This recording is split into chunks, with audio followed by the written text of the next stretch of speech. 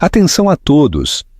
Dizem que a vingança é um prato que se serve melhor frio, mas Eva Fontes decidiu servir a dela congelada na véspera de Natal.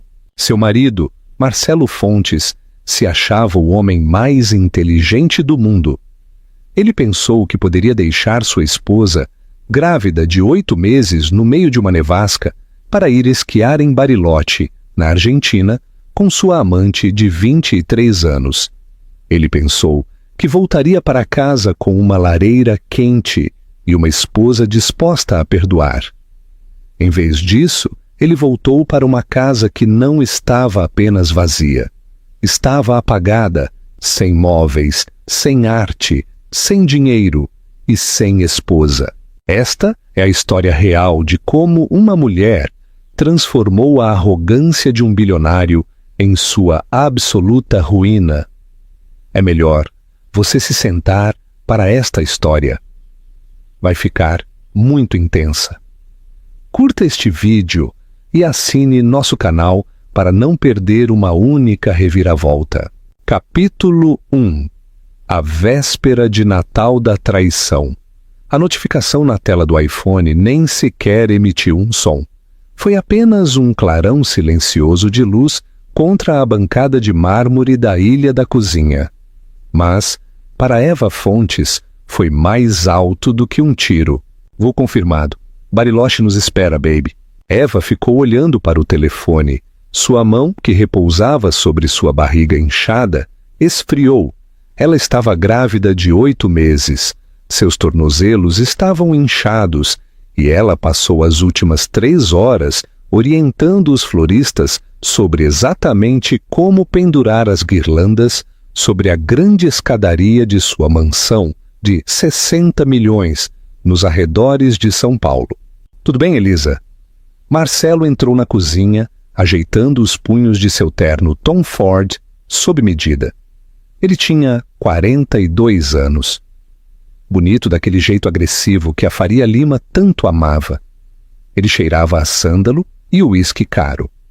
Olhou para a esposa, para a fadiga sob seus olhos, para o coque desgrenhado, para o suéter de cachemire oversized e por uma fração de segundo seu lábio se curvou. Foi apenas uma fração, mas Eva viu. Ela deslizou o telefone virado para baixo. Estava apenas vendo as horas. Ela mentiu, com a voz firme. Você tem certeza que precisa ir esta noite, Marcelo? É véspera de Natal. O bebê tem chutado a tarde toda.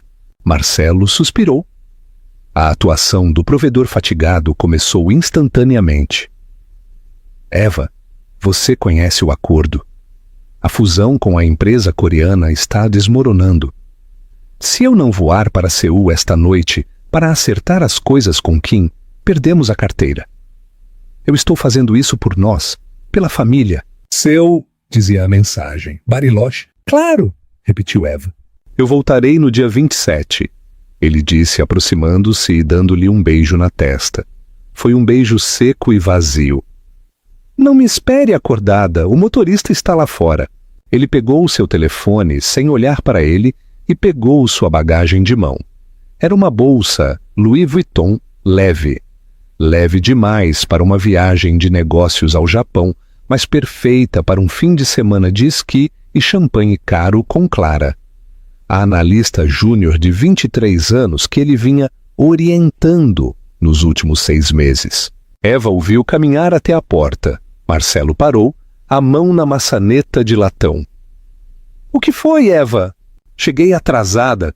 Eu te amo, ela disse. Não foi uma declaração, foi um teste. Sim, você também, ele murmurou. E então a pesada porta de carvalho bateu. Eva ficou no silêncio da casa enorme e meticulosamente decorada.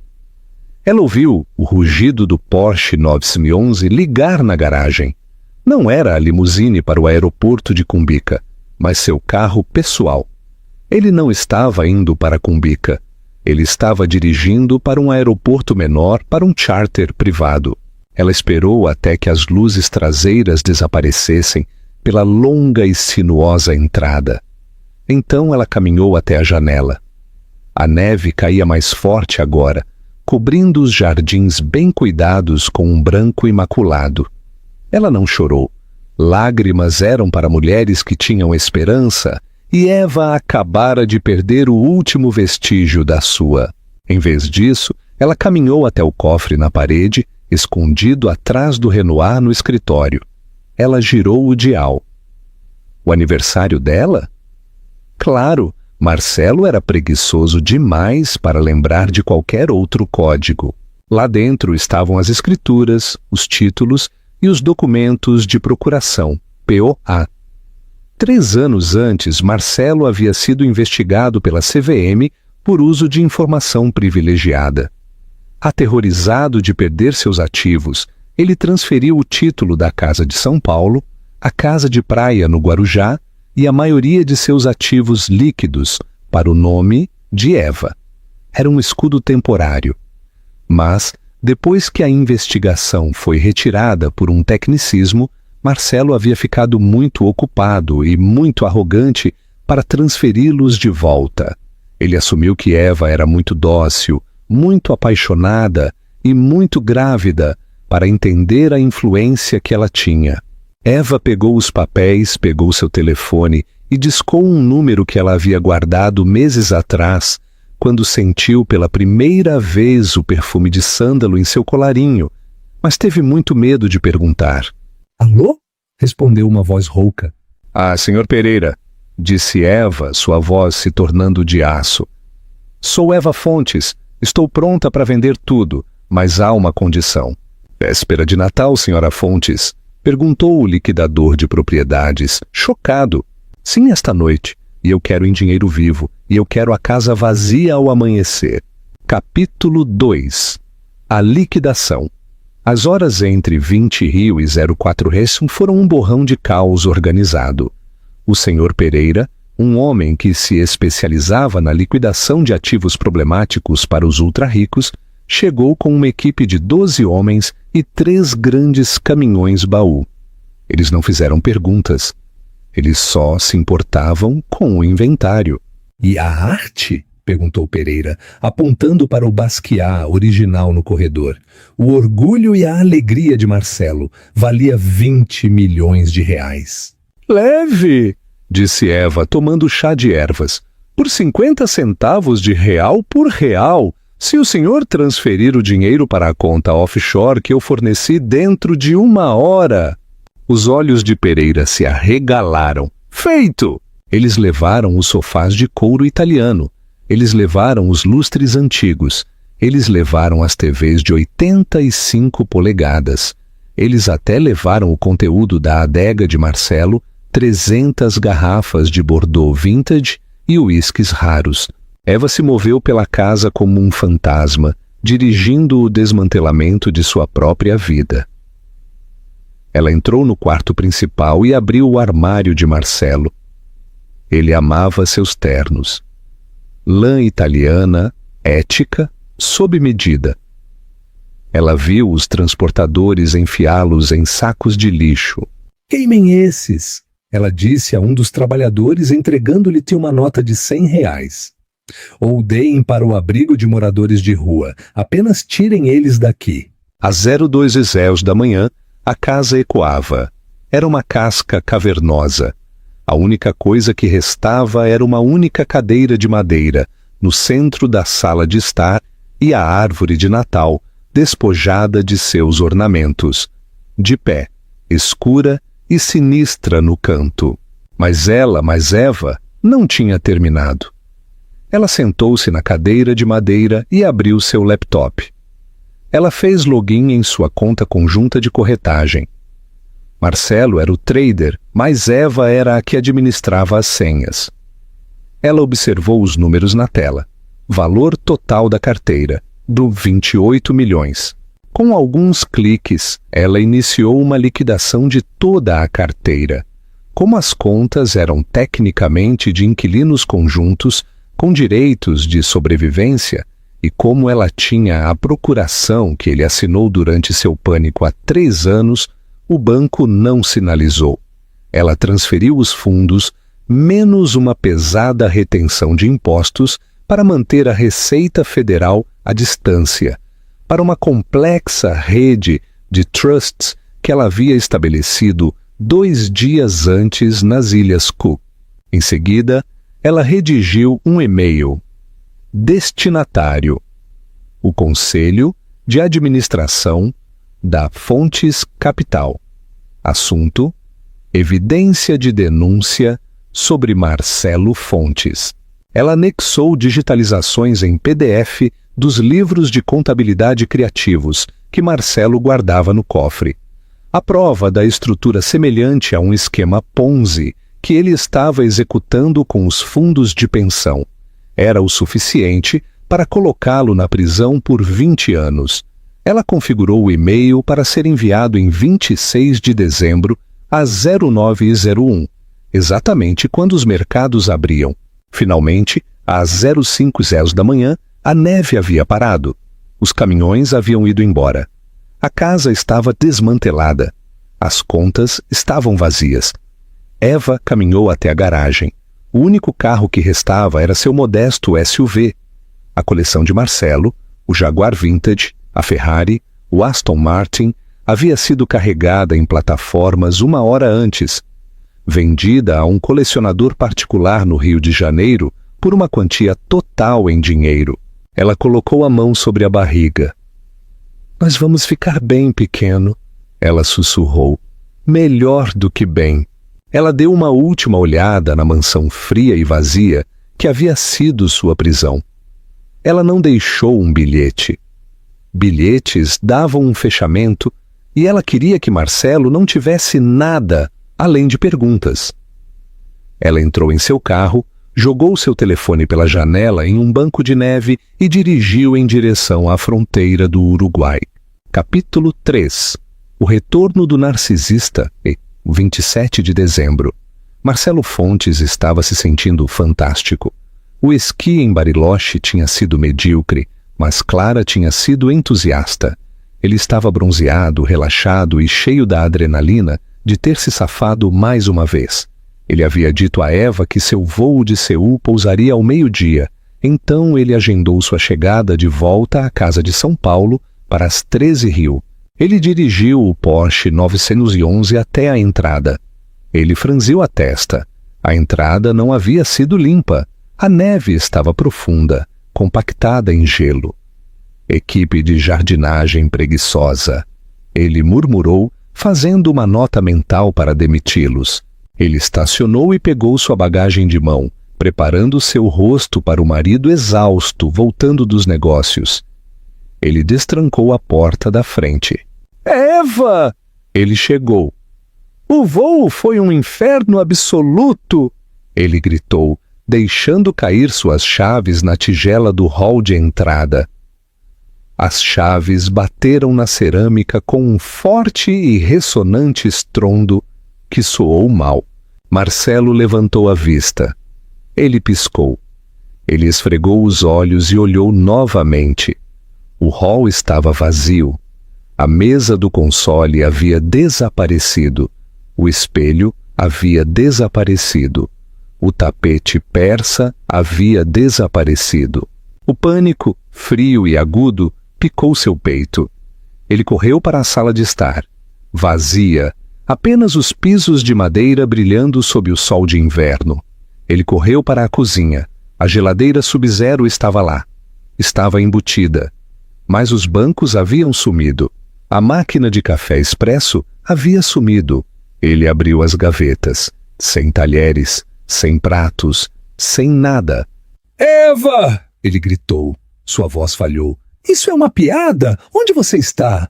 Ele subiu as escadas correndo, seus passos ecoando na casa oca. Quarto principal. Vazio, sem cama, sem mesas de cabeceira. Ele abriu a porta de seu armário. Paredes nuas. Nem um único terno, nem uma única gravata, nem mesmo um cabide de arame. Ele ficou ali, hiperventilando. Foi um roubo? Um sequestro? Mas por que os ladrões levariam roupas e talheres? Ele procurou seu telefone. Suas mãos tremiam tanto que ele o deixou cair 2 vezes. Ele ligou para Eva. O número para o qual você ligou não está em serviço. Ele ligou para a polícia. 190, qual é a sua emergência? Minha esposa desapareceu.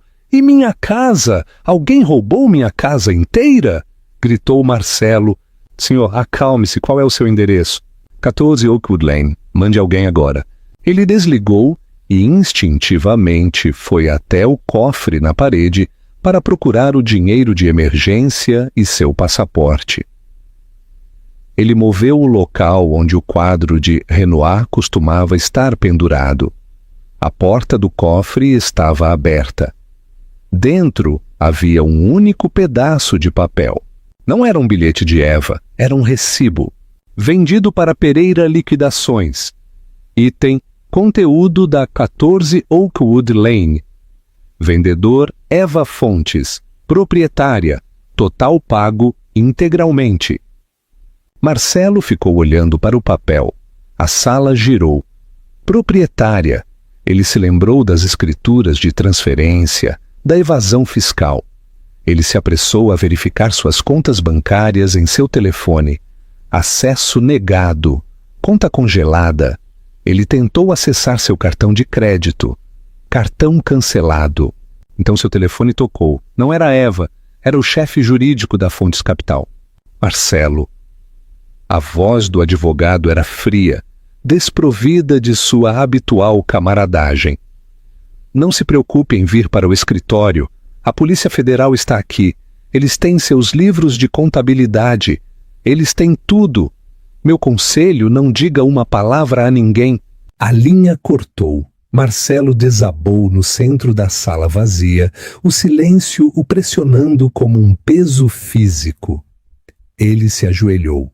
O sol de inverno entrava pela janela, iluminando as partículas de poeira que dançavam no ar onde sua vida costumava estar. Capítulo 4. A prisão e a traição da amante. O silêncio na casa vazia não durou muito. Foi quebrado pelo uivo das sirenes. Não um, mas 3 veículos, 2 viaturas da polícia local e um SUV preto sem identificação. Eles pararam bruscamente no final da entrada gelada. Marcelo, ainda de joelhos, viu pela janela da sala de estar como policiais uniformizados e homens com jaquetas da Polícia Federal invadiram sua propriedade. Eles não estavam lá para investigar um roubo. Eles estavam lá por causa da denúncia de irregularidades enviada a 01901 daquela manhã. A prisão foi publicamente humilhante. Os vizinhos da frente, os Morais, observavam de sua janela, tomando café enquanto Marcelo era algemado, vestindo a mesma jaqueta de esqui com a qual havia voltado de Bariloche. Ele nem sequer tinha um casaco adequado para uma aparição no tribunal. No centro de detenção federal, a realidade se impôs. Ele foi fichado, teve suas impressões digitais tiradas e foi despojado de sua dignidade restante. Ele foi autorizado a um telefonema. Ele sabia que sua equipe jurídica de alto poder não o tocaria. A evidência que Eva enviou era radioativa. Seus amigos da Faria Lima já estavam apagando seu número de seus telefones. Só restava uma pessoa, Clara. Ele discou o número dela com dedos trêmulos. Ela atendeu no segundo toque. Marcelo, onde você está? Eu tenho visto coisas malucas nas notícias. Ah, é tudo um mal-entendido, querida, implorou Marcelo com a voz rouca. Eva enlouqueceu. Ela me armou, mas eu vou consertar. Eu só preciso de dinheiro para a fiança. Minhas contas estão temporariamente congeladas. Eu preciso que você me empreste. Você sabe que eu vou devolver quando isso passar. O silêncio se prolongou na linha. Clara, você está aí? Eu preciso de 50 mil para o fiador. Você sabe que eu vou te pagar assim que isso se acalmar.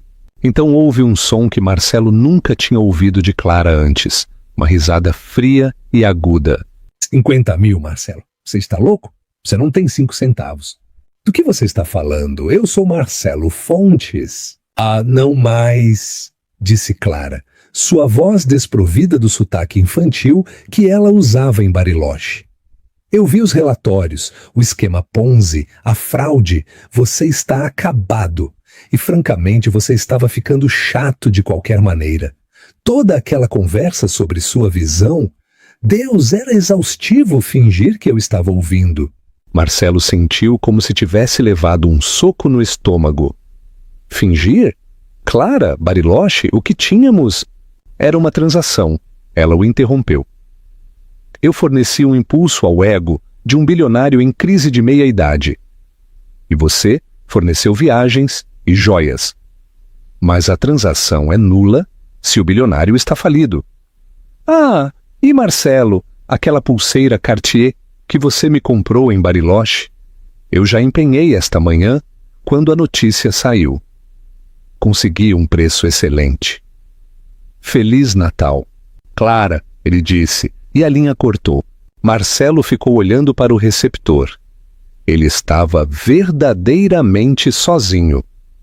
O homem mais inteligente da sala estava sentado em uma cela de concreto, percebendo que as duas mulheres em sua vida o haviam usado simultaneamente. Uma por justiça, a outra por esporte. Capítulo 5. O Santuário de Alice. A 2.000 quilômetros de distância, o mundo era silencioso e azul. Eva, agora conhecida como Alice Lima, graças a um passaporte que ela havia conseguido por canais muito caros anos atrás, apenas por precaução, estava de pé no deck de uma pequena cabana robusta com vista para um lago congelado na zona rural de Santa Catarina, no sul do Brasil. Fazia um frio devastador, 20 graus abaixo de zero, mas o frio parecia limpo, parecia honesto. Ao contrário da perfeição climatizada de São Paulo, este frio exigia respeito. Ela escolheu este lugar porque estava fora da rede, sem serviço de telefonia celular, apenas internet via satélite, e o vizinho mais próximo ficava a 3 quilômetros por uma estrada de floresta não pavimentada. Ela pagou a cabana em dinheiro, comprou um Subaru Outback usado e abasteceu a despensa para 6 meses. Sua gravidez havia se tornado difícil nas últimas semanas. O estresse da execução, a venda, a fuga e a constante verificação por cima do ombro cobraram seu preço. Durante uma tempestade que enterrou seu Subaru em 1 metro de neve, sua bolsa se rompeu. Não havia tempo para chegar ao pequeno hospital da cidade mais próxima, a 40 quilômetros de distância. Eva, sozinha na cabana com o vento uivando lá fora, teve que confiar na pilha de livros sobre parto que ela havia lido e em um instinto primário que ela não sabia que possuía. Foram 12 horas de agonia. Ela gritou em uma toalha enrolada, agarrando a estrutura de ferro da cama, até que seus nós dos dedos ficassem brancos. Ela canalizou cada grama de ódio que sentia por Marcelo para empurrar. Às 04h32, quando a tempestade finalmente parou, um grito ecoou na cabana. Era um menino. Ela o envolveu em cobertores de flanela quentes e o abraçou contra sua pele, chorando incontrolavelmente. Ela o chamou de Léo, como seu avô, um homem que havia trabalhado com as mãos e nunca havia mentido para ninguém. Nas semanas seguintes, Eva existiu em uma bolha de exaustão e amor feroz. Ela amamentou Léo ao lado do fogão a lenha, observando a neve cair. Ela sentiu uma profunda mudança dentro de si mesma. A velha Eva, aquela que organizava jantares e tolerava a condescendência de Marcelo, estava morta. Alice Lima era uma sobrevivente. Quando Léo dormia, ela abria seu laptop criptografado. Ela usou uma VPN que rebondeava seu sinal através de 3 países diferentes antes de acessar as notícias. Ela leu sobre a prisão de Marcelo, a recusa da fiança porque ele era considerado risco de fuga. Irônico, ela pensou, a nomeação de um defensor público porque ele alegou indigência. Ela viu as fotos de paparazzi dele sendo levado para o tribunal. Ele parecia 10 anos mais velho. Eva sentiu um vislumbre de satisfação, mas foi mais frio do que ela esperava. Não era alegria, era apenas contabilidade. Os livros estavam equilibrados. Mas então ela leu um artigo no Valor Econômico que detalhava o escopo da investigação. A Polícia Federal estava procurando os ativos perdidos. Eles sabiam da liquidação, eles sabiam das transferências offshore. Eles simplesmente não conseguiam decifrar os trusts das Ilhas Cook ainda. O artigo terminava com uma citação da procuradora-chefe, a procuradora federal Sara Teixeira. Marcelo Fontes não agiu sozinho. Acreditamos que sua esposa, Eva Fontes, atualmente foragida, foi fundamental na lavagem dos lucros de seus crimes. Nós a encontraremos e ela enfrentará a justiça. Eva fechou o laptop bruscamente. Seu coração martelava contra suas costelas, acordando Léo, que começou a choramingar. Ela não era mais apenas uma vítima aos olhos da lei. Ela era uma cúmplice. Marcelo estava tecendo a narrativa, mesmo da prisão. Ele a estava arrastando com ele. Capítulo 6. O julgamento e o deslocamento da culpa. O Tribunal Federal do Distrito Sul de São Paulo era um lugar projetado para fazer os homens poderosos se sentirem pequenos. Mas Marcelo Fontes mantinha a postura de um CEO presidindo uma reunião. No entanto, debaixo da mesa, sua perna balançava com a energia maníaca de um animal enjaulado. O julgamento se arrastava por 3 semanas. O Ministério Público, liderado pela implacável Sara Teixeira, não estava apenas ganhando. Eles estavam realizando uma autópsia de sua vida, enquanto ele ainda respirava. Senhor Silva, sibilou Marcelo, inclinando-se para seu advogado de defesa. Faça alguma coisa. Você está entediando o júri e quando eles acordarem, eles vão me condenar apenas para ir para casa. Precisamos de uma mudança de narrativa. Reginaldo Silva, um homem com a paciência de um santo, não levantou os olhos de seu bloco de notas. Estamos esperando o contra-interrogatório. A evidência é esmagadora. Sua assinatura está nas contas. Então haja como um tubarão. A estratégia de eu fui negligente, não criminoso está falhando. Precisamos mudar hoje. Mudar para o quê? Perguntou Silva. Marcelo se inclinou para a frente, um brilho escuro e predatório entrando em seus olhos. Ele estava guardando esta carta. Ele sabia que era nuclear. Nós mudamos para a verdade, mentiu Marcelo, sussurrando. Ou pelo menos uma versão dela que cria dúvida razoável. Você continua pintando Eva como a vítima, a pobre esposa grávida que fugiu do lobo mau. Mas olhe os fatos, Reginaldo. Quem realmente liquidou os ativos? Eva. Quem moveu o dinheiro para as Ilhas Cook? Eva. Quem fugiu com 28 milhões enquanto eu fiquei aqui para enfrentar as consequências? Silva fez uma pausa. Ela fugiu porque descobriu a fraude. Ela descobriu, Marcelo sorriu. Ou ela fugiu porque a parceria azedou? Pense nisso. Eu sou o rosto da empresa. Eu faço os apertos de mão, mas a parte de trás, a logística. Eva era uma especialista em matemática antes de ser uma esposa troféu. Ela lidava com os livros em casa. Ela tinha as senhas. O senhor está sugerindo que sua esposa foi a mentora? Silva estava cético. Eu sugiro, disse Marcelo, ganhando impulso, que a Vista Holdings, a empresa fantasma a qual Sara está atribuindo as acusações de suborno, não era minha. Era dela. Ela a criou, ela a administrou. E quando a situação ficou muito quente, ela resgatou minhas contas legítimas. Ela me incriminou por seu negócio paralelo e fugiu. Marcelo, se introduzirmos esta teoria, precisamos de provas. O senhor tem provas?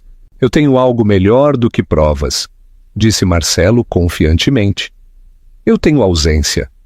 Ela não está aqui para se defender, está? Ela é uma fugitiva. Aos olhos da lei, fugir implica culpa.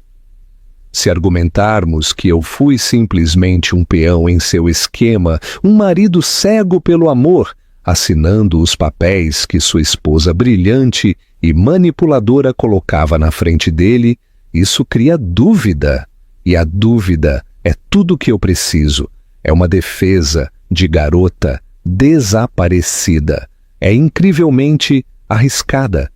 Faça, ordenou Marcelo. Assine isso. Filtre a teoria para a imprensa. Pinte sua esposa como a viúva negra da Faria Lima.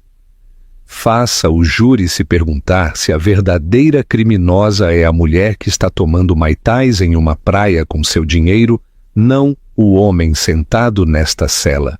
Capítulo 7. A reação nuclear de Eva. Na manhã seguinte, o clima na sala do tribunal mudou violentamente. O advogado de Marcelo abandonou a defesa por negligência. Ele começou a perguntar ao agente da Polícia Federal: é verdade que as transferências de 24 de dezembro foram iniciadas por Eva Fontes? É tecnicamente exato, respondeu o agente. E a senhora Fontes está atualmente foragida da lei? Sim, acreditamos que ela estava liquidando ativos para escapar. Para escapar? Pressionou Silva. Ou para obter lucro? Não é verdade que a senhora Fontes está atualmente em posse de quase 30 milhões de reais de fundos de investidores, enquanto meu cliente tem 0? Tecnicamente, isso é exato. Ao meio-dia, a nova narrativa havia rompido os muros do tribunal. A mídia devorou o novo ângulo. As manchetes mudaram de fraude Fontes para Fontes diz que ela fez. A simpatia pública pela esposa grávida abandonada se erodiu, sendo substituída pela suspeita. A 2.000 quilômetros ao norte, Eva, agora Alice Lima, estava sentada no chão da cabana em Santa Catarina. A lenha havia queimado até as brasas. Ela tinha vivido em um estado de hipervigilância constante. Ela abriu seu laptop. Ela havia quebrado sua regra de verificar as notícias uma vez por semana. Defesa alega que esposa foragida é a arquiteta da fraude. Onde está Eva? Marido bilionário implora à esposa para devolver dinheiro às vítimas. Ela clicou em um videoclipe. Era o advogado de Marcelo. Meu cliente é vítima de uma traição profunda. Eva Fontes roubou sua fortuna. Ela o abandonou para enfrentar as consequências de suas maquinações financeiras e sequestrou seu filho. Eva fechou o laptop bruscamente. O som ecoou como um tiro. Ela se arrastou para trás até que suas costas batessem no sofá, respirando com dificuldade. Ele está fazendo isso, ela sussurrou. Ele realmente está fazendo isso. Foi uma aula magistral de manipulação realizada em um palco nacional. Ele estava reescrevendo a realidade. Ele estava pegando a única coisa que lhe restava, sua integridade, e a torcendo até que ela parecesse um monstro. Ela olhou para o berço, onde Léo, de 5 meses, dormia. Marcelo não se importava com Léo. Ele apenas mencionou o dinheiro e o sequestro. O pânico se instalou. Se ela ficasse, eles a encontrariam. A Polícia Federal agora procurava uma mentora, não uma testemunha. Mas uma resolução fria e dura começou a se cristalizar em seu peito, mais afiada do que o gelo. Marcelo havia cometido um erro fatal. Ao culpá-la, ao alegar que ela era a mentora por trás de empresas fantasmas específicas, como a Vista Holdings, ele havia movido o campo de batalha de acusações vagas para pontos de dados específicos. Ele havia introduzido fatos que podiam ser verificados. Eva sabia que não criou a Vista Holdings. Ela sabia que não havia assinado esses papéis. E se ela não os havia assinado, isso significava que Marcelo havia falsificado sua assinatura. Capítulo 8. A falsificação e o inferno de Macau. Ela sentou-se na frente do laptop. Ela não ia fugir. Fugir era para as vítimas. Ela não era uma hacker, mas era uma mãe com 30 milhões de euros em contas offshore e nada a perder. Ela navegou até um motor de busca. Ela procurou a única coisa que Marcelo temia, mais do que a prisão. A pegada digital que ele acreditava ter apagado. Ela acessou um fórum na Dark Web, chamado The Grey Ledger.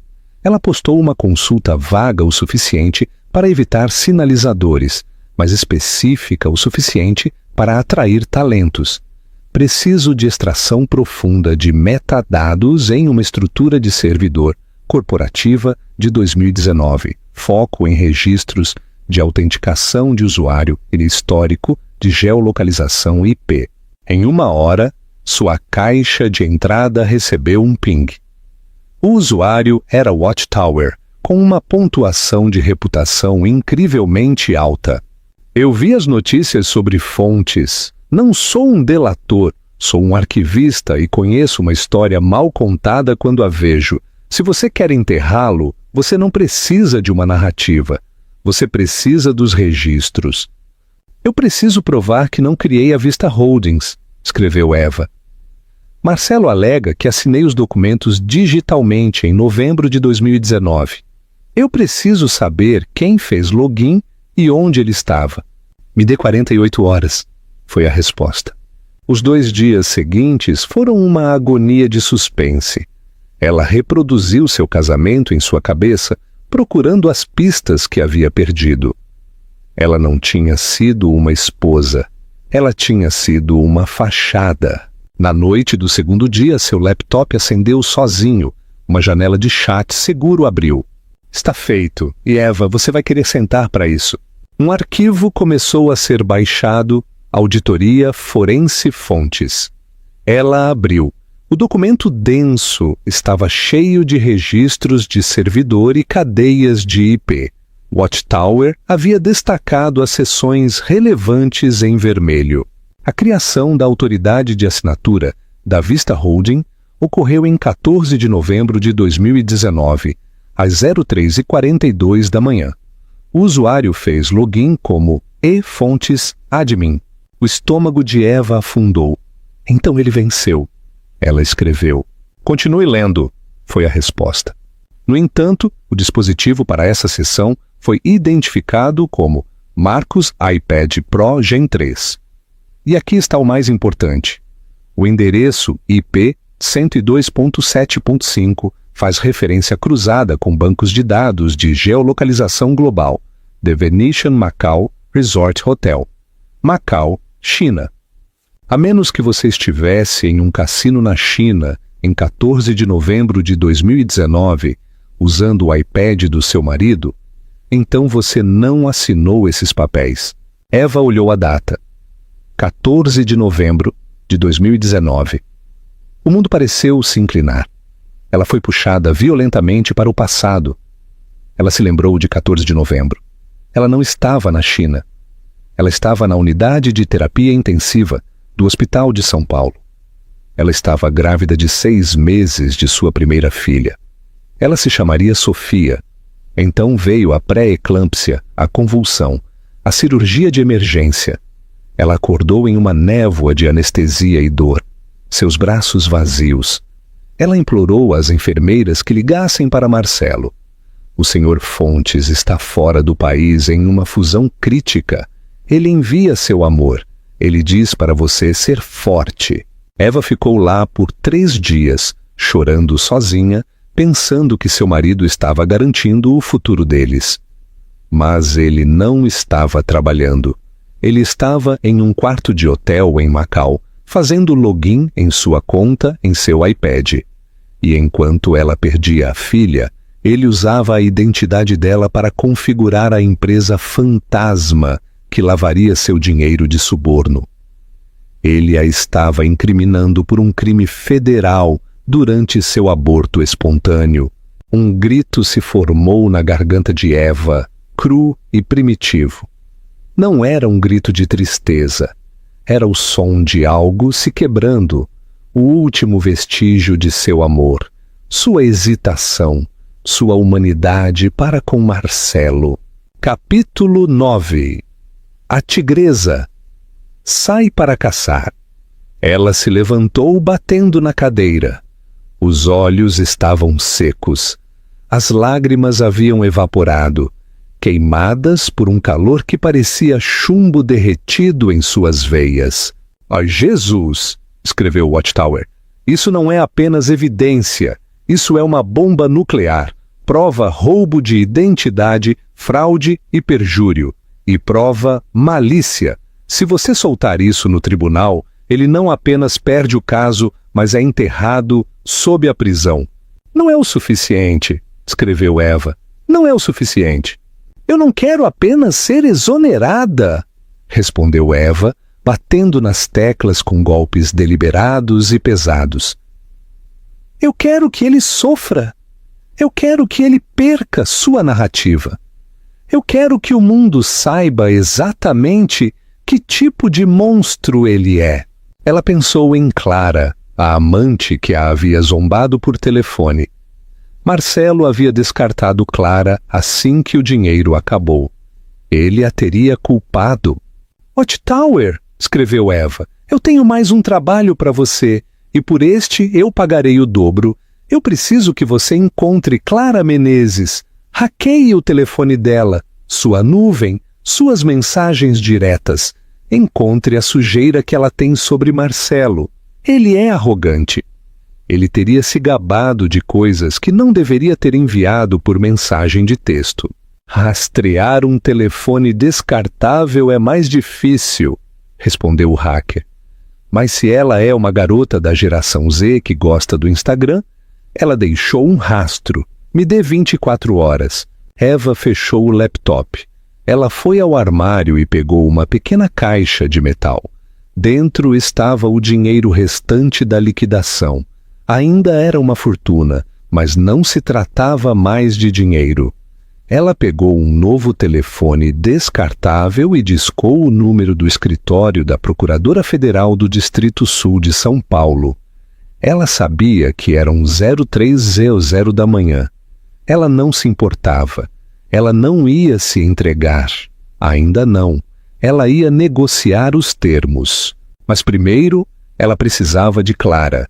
Ela precisava que a amante olhasse para o júri e lhes dissesse o que Marcelo estava fazendo enquanto sua esposa estava no hospital. Eva Fontes estava morta. Alice Lima era apenas uma máscara. A mulher que estava na cabana agora era outra coisa. Era o julgamento final, e ela mal podia esperar o nascer do sol. Epílogo: o julgamento da consciência. E essa é a incrível e distorcida história de Eva e Marcelo Fontes. Na manhã seguinte, o advogado de Marcelo recebeu um telefonema que o fez suar frio. A procuradora Sara Teixeira havia retirado seu pedido de extradição para Eva. Em vez disso, ela estava em um voo privado para um local seguro em São Paulo. Em uma reviravolta que chocou os tribunais, Eva não se entregou. Em vez disso, seu advogado, um titã da defesa criminal pago com o dinheiro das Ilhas Cook, se apresentou com uma única maleta que continha a auditoria forense e a localização exata de Clara Menezes. Clara, encurralada e ameaçada com acusações de obstrução da justiça, aceitou um acordo de imunidade. Ela subiu ao banco das testemunhas. O que Marcelo Fontes estava fazendo em 14 de novembro de 2019? Perguntou a procuradora Sara. Estávamos em Macau, na suíte penthouse do cassino. Ele me enviou uma mensagem de texto dizendo: "Acabei de garantir nosso próximo grande lucro usando um truque que eu ensinei a ele", disse Clara. E então, o golpe final. A prova forense da auditoria foi projetada. A suíte do cassino em Macau foi mostrada. O júri viu a traição em sua máxima expressão. Marcelo não apenas havia roubado. Ele havia tramado o pior momento da vida de sua esposa para seu ganho. A condenação foi rápida.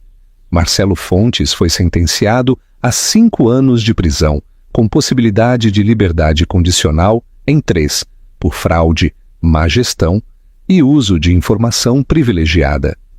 Não foi a aniquilação total que Eva desejava. Foi um revés temporário. Marcelo sairia antes que Léo completasse 7 anos. Eva, que havia seguido a sentença em seu laptop criptografado na cabana de Santa Catarina, sentiu um arrepio. Marcelo não estava enterrado, ele estava hibernando. Seu advogado, o titã da defesa, lhe enviou uma mensagem pelo canal seguro. Condenação inesperadamente leve. É um revés, mas você está livre. No entanto, Marcelo está apelando à transferência de bens. O Trust Ethelred está desafiando nossa legalidade para liquidar a mansão de São Paulo, alegando que a procuração que ele assinou era um acordo de sobrevivência mútua, não uma renúncia a seus ativos. O julgamento civil pelos 12 milhões da casa começará em 6 meses. Você não pode comparecer. O risco de prisão pela denúncia de fuga ainda é muito alto.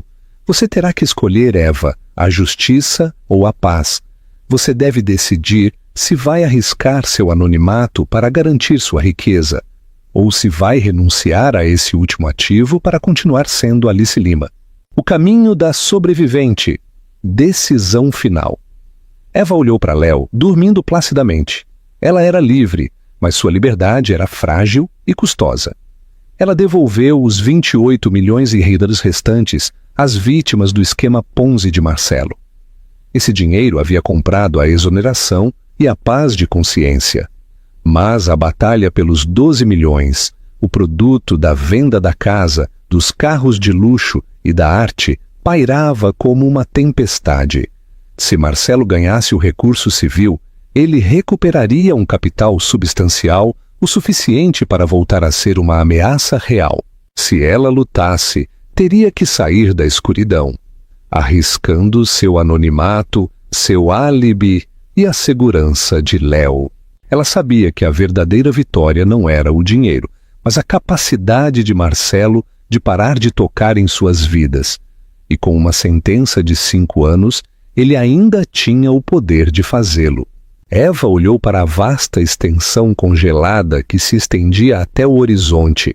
Ela tinha 2 opções definitivas: voltar, usar o dinheiro restante da liquidação para financiar uma defesa civil maciça em São Paulo e garantir legalmente o patrimônio de Léo, sabendo que Marcelo sairia em liberdade condicional em breve e buscaria vingança. Desaparecer, renunciar a toda reivindicação sobre os 12 milhões, usar os fundos restantes da liquidação para criar uma nova vida completamente fora da rede, em um lugar onde as leis do Brasil não pudessem alcançá-la, nem a ela, nem a Léo. Ela voltou para a cabana e acendeu seu laptop pela última vez. Abriu o canal seguro e olhou o último recado de seu advogado. A decisão é sua, Eva. Escolha com a mente da mãe, não com o coração da esposa. Eva começou a digitar. Sua escolha não apenas determinaria sua segurança financeira, mas sua própria identidade. Lutadora na luz ou fantasma na sombra. Chamada final à ação. O que você faria se fosse Eva? Opção A, luta. Voltar para São Paulo para lutar pelos 12 milhões, arriscando a segurança e o anonimato de Léo, mas garantindo seu futuro econômico. Opção B, fuga. Renunciar aos 12 milhões. Desaparecer para sempre na América do Sul ou Europa Oriental, usando os fundos restantes para uma vida de anonimato completo. Comente com A ou B e diga-nos por que você acha que Eva faria esse sacrifício final. A história de Alice Lima ainda está sendo escrita.